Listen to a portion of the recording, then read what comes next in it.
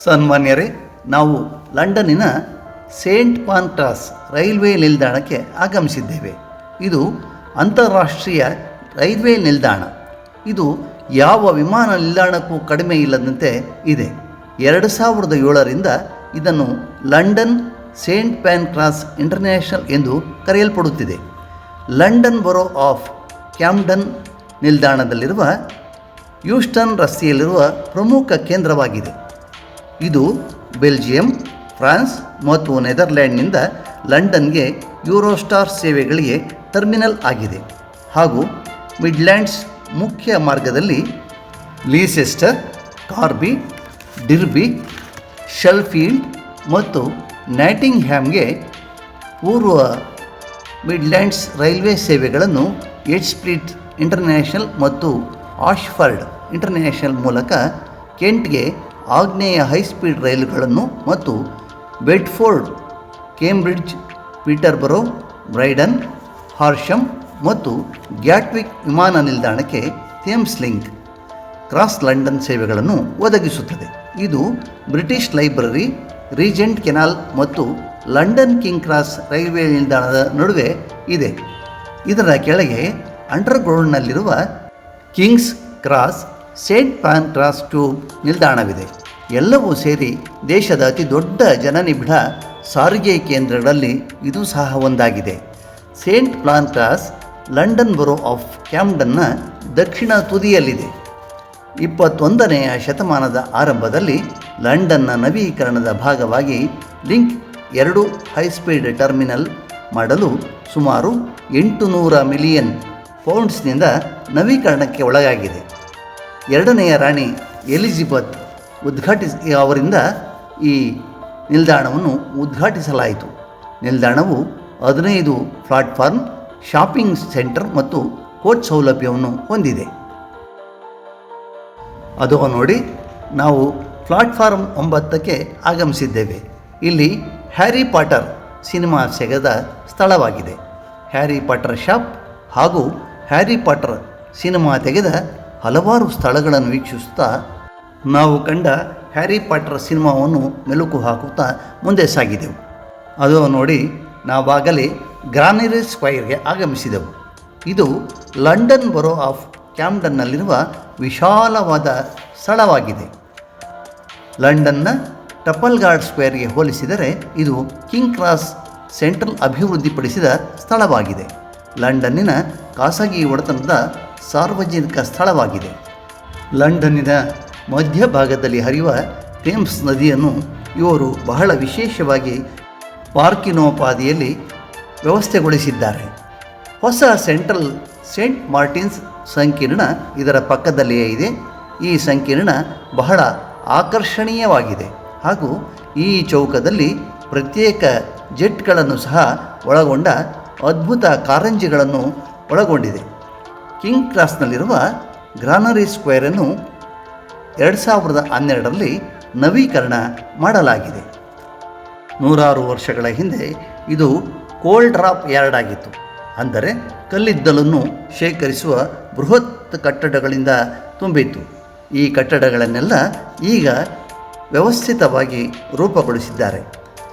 ಸುತ್ತಲೂ ಪಾರ್ಕುಗಳು, ಉದ್ಯಾನವನಗಳು ಹಾಗೂ ವಿವಿಧ ರೀತಿಯ ಕಟ್ಟಡಗಳಿಂದ ಅಲಂಕೃತಗೊಂಡು ಬಹಳ ಅತ್ಯಾಧುನಿಕವಾಗಿ ಕಂಗೊಳಿಸುತ್ತಾ ಲಂಡನ್ಗೆ ಒಂದು ಕಿರೀಟದ ಉಪಾಧಿಯಲ್ಲಿ ಇದು ಕಂಗೊಳಿಸುತ್ತಿದೆ. ಕಲ್ಲಿದ್ದಲನ್ನು ಶೇಖರಿಸುತ್ತಿದ್ದ ಈ ಜಾಗವನ್ನು ಇಷ್ಟು ವಿಶೇಷವಾಗಿ ರೂಪಿಸಿದ್ದಾರಲ್ಲ ಎಂದು ಅಚ್ಚರಿಯ ಕಣ್ಗಳಿಂದ ಎಲ್ಲವನ್ನು ವೀಕ್ಷಿಸುತ್ತಾ ಸಾಗಿದಾಗ ನಾವು ಬಂದು ತಲುಪಿದ್ದು ನ್ಯಾಚುರಲ್ ಪಾರ್ಕ್. ಗ್ರಾನರಿ ಸ್ಕ್ವೇರ್ಗೆ ಹೊಂದಿಕೊಂಡಂತೆ ನ್ಯಾಚುರಲ್ ಪಾರ್ಕ್ ಇದು ಕ್ಯಾಮ್ಲಿನ್ ಸ್ಟ್ರೀಟ್ನಲ್ಲಿ ಜನನಿಬಿಡ ಪ್ರದೇಶದಲ್ಲಿ ಅದರ ಮಧ್ಯದಲ್ಲಿ ಇದೆಯಲ್ಲ. ಲಂಡನ್ ನಗರದ ಮಧ್ಯಭಾಗದಲ್ಲಿ ಇಂತಹ ಪ್ರಕೃತಿಯ ರಮ್ಯ ತಾಣವಿದೆಯಲ್ಲ ಎಂಬುದನ್ನು ಕಲ್ಪಿಸಲು ಸಹ ಆಗದಂತೆ ಇದನ್ನು ನಿರ್ಮಿಸಿದ್ದಾರೆ. ಕ್ಯಾಮ್ಲಿ ಸ್ಟ್ರೀಟಲ್ಲಿರುವ ನ್ಯಾಚುರಲ್ ಪಾರ್ಕ್.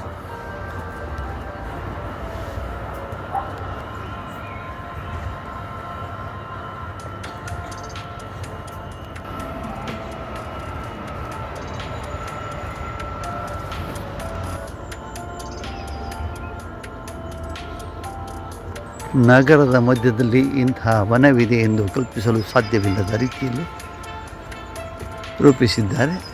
ಇದು ನ್ಯಾಚುರಲ್ ಪಾರ್ಕ್.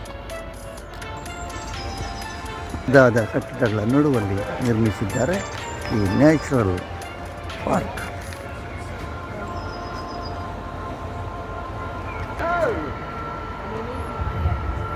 ನ್ಯಾಚುರಲ್ ಪಾರ್ಕ್ ನೋಡಿಕೊಂಡು ಗ್ರಾನರಿ ಸ್ಕ್ವೇರ್ನಲ್ಲಿರುವ ಬೃಹತ್ ಕಟ್ಟಡಗಳನ್ನೆಲ್ಲ ವೀಕ್ಷಿಸುವಾಗ ಕಲ್ಲಿದ್ದಲು ಶೇಖರಿಸುತ್ತಿದ್ದ ಕೋಲ್ ಡ್ರಾಪ್ ಯಾರ್ಡ್ ಇಂತಹ ಬೃಹತ್ ಕಟ್ಟಡಗಳಿಂದ ತುಂಬಿ ಈ ಜಾಗವನ್ನು ಅಭಿವೃದ್ಧಿಪಡಿಸಿದ್ದಾರಲ್ಲ ಎಂದು ಆಶ್ಚರ್ಯಚಕಿತವಾದೆವು.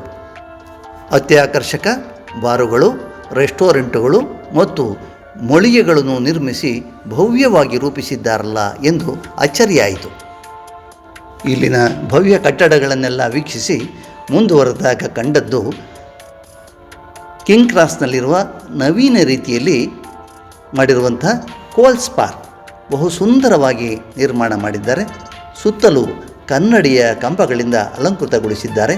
ಅದರ ಸುತ್ತಲೂ ಕಬ್ಬಿಣದ ಸಲಾಕೆಗಳಿಂದ ಬಹು ಆಕರ್ಷಣೀಯವಾಗಿ ಪಾರ್ಕನ್ನು ವೀಕ್ಷಿಸುವವರನ್ನೆಲ್ಲ ತನ್ನೆಡೆಗೆ ಸೆಳೆಯುತ್ತಿತ್ತು. ಅದ್ಭುತವಾದ ಈ ಪಾರ್ಕನ್ನೆಲ್ಲ ಒಂದು ಬಾರಿ ಸುತ್ತಾಡಿಕೊಂಡು ರಮಣೀಯ ದೃಶ್ಯಗಳನ್ನೆಲ್ಲ ವೀಕ್ಷಿಸುತ್ತಾ ಮುಂದುವರೆದೆವು.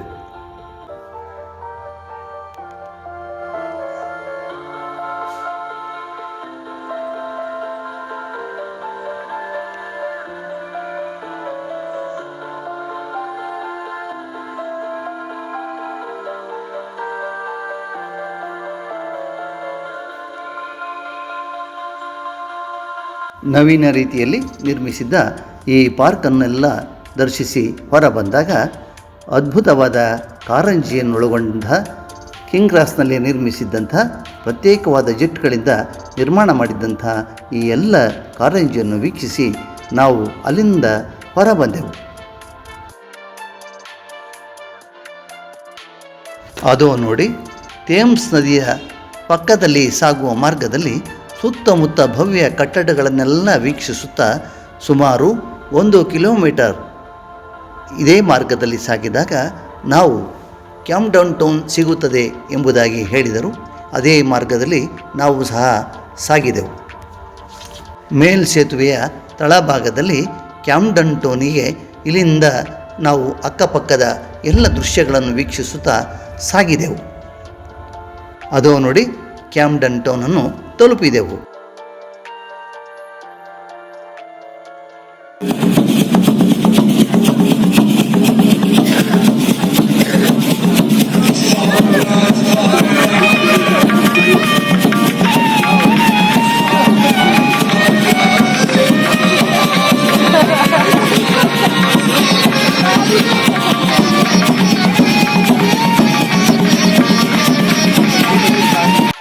ಕ್ಯಾಂಪ್ಡನ್ ರಸ್ತೆಯಲ್ಲಿ ನಾವು ಸಾಗಿದಾಗ ಆರಂಭಿಕದಲ್ಲಿ ನಡೆದ ಗಾಯನವನ್ನು ವೀಕ್ಷಿಸಿ ಮುಂದೆ ಸಾಗುತ್ತಾ ನಾವು ಕ್ಯಾಂಪ್ಡನ್ ಟೌನಿನ ಲೋಯರ್ ಮಾರುಕಟ್ಟೆಯನ್ನು ತಲುಪಿದೆವು. ಮಾರುಕಟ್ಟೆಯ ಪ್ರದೇಶ ಕಂಡಾಗ ನಮಗೆ ಬೆಂಗಳೂರಿನ ಅವೆನ್ಯೂ ರಸ್ತೆಯನ್ನು ನೆನಪಿಸುವಂತೆ ಆ ರಸ್ತೆಯ ಇಕ್ಕೆಲೆಗಳಲ್ಲಿಯೂ ಅಂಗಡಿಗಳು, ಮಳಿಗೆಗಳು ಮತ್ತು ರಸ್ತೆಗಳಲ್ಲಿಯೂ ಸಹ ಸಾಮಾನು ಸರಂಜಾಮುಗಳನ್ನು ಹಾಕಿಕೊಂಡು ಮಾರುತ್ತಿರುವಂತಹ ದೃಶ್ಯ ಕಣ್ಣಿಗೆ ಬಿತ್ತು. ಅಲ್ಲಿಂದ ಮುಂದೆ ಸಾಗಿದಾಗ ಲೋಯರ್ ಮಾರುಕಟ್ಟೆ ಪ್ರವೇಶಿಸಿದೆವು. ಇದೇ ನೋಡಿ ಲೋಯರ್ ಮಾರುಕಟ್ಟೆ. ಆ ಮಾರುಕಟ್ಟೆಯಲ್ಲಿ ಸಹ ವಿವಿಧ ರೀತಿಯ ಹಲವಾರು ಬಗೆಯ ವಸ್ತುಗಳು ಎಲ್ಲವೂ ಸಹ ಈ ಮಾರುಕಟ್ಟೆಯಲ್ಲಿ ಲಭ್ಯವಾಗಿತ್ತು. ಈ ಮಾರುಕಟ್ಟೆಯು ಸಹ ಥೇಮ್ಸ್ ನದಿಯ ದಂಡೆಯ ಮೇಲೆ ಕಟ್ಟಲಾಗಿದೆ. ವಿಶಾಲವಾದ ಮಾರುಕಟ್ಟೆ ಪ್ರದೇಶವನ್ನೆಲ್ಲ ಸುತ್ತಾಡಿದಾಗ ಸಮಯ ಹೋದಿದ್ದೇ ತಿಳಿಯಲಿಲ್ಲ. ಅಲ್ಲಿರುವಂಥ 10 ಮಳಿಗೆಗಳು, ವಿವಿಧ ರೀತಿಯ ಮನರಂಜನಾತ್ಮಕ ವಸ್ತುಗಳ ಮಳಿಗೆಗಳು, ಆಕರ್ಷಕ ರೀತಿಯ ಡ್ರೆಸ್ ಮೆಟೀರಿಯಲ್ಗಳು, ಇವನ್ನೆಲ್ಲ ವೀಕ್ಷಿಸುತ್ತಾ ನಾವು ಇಲ್ಲಿಂದ ಹೊರಬರುವ ವೇಳೆಗೆ ಸಂಜೆಯಾಗಿತ್ತು. ಕ್ಯಾಂಪ್ಡನ್ ರಸ್ತೆಯಲ್ಲಿರುವ ಲೋಯರ್ ಮಾರುಕಟ್ಟೆಯನ್ನೆಲ್ಲ ವೀಕ್ಷಿಸಿ ಹೊರಬಂದೆವು. ಧನ್ಯವಾದಗಳು. ನಿಮ್ಮ ಸುಜ್ಞಾನ ಪ್ರಿಯ ಮಾ ಸುರೇಶ್ ಬಾಬು, ವಿಜಯಪುರ.